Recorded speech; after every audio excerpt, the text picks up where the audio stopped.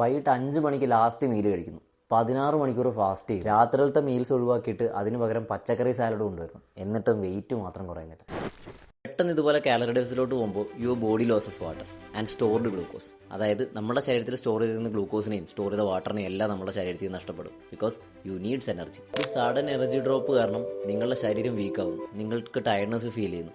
And അതുപോലെ തന്നെ പെട്ടെന്ന് തന്നെ ഒരു എനർജി ഡ്രോപ്പ് ഉണ്ടാവുന്നു. അതുവഴി മസിൽ ലോസ് ഉണ്ടാവും. മസിൽ ലോസ് എന്ന് പറയുന്നത് അത്ര ചെറിയ കാര്യമൊന്നുമല്ല. ഈ 16 മണിക്കൂർ ഫാസ്റ്റിംഗ് നമുക്ക് ലോങ് ടൈമിൽ അതിനെ കൊണ്ടുപോകാൻ പറ്റത്തില്ല. എന്താന്ന് വെച്ചാൽ ഈ 16 മണിക്കൂർ ഫാസ്റ്റിംഗിൽ മെറ്റബോളിക് അഡാപ്റ്റേഷൻ ഇല്ല.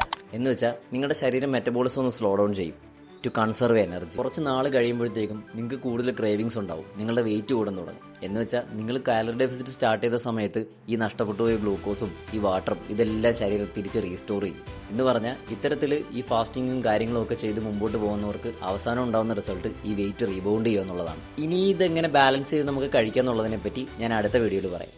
I hope this helps.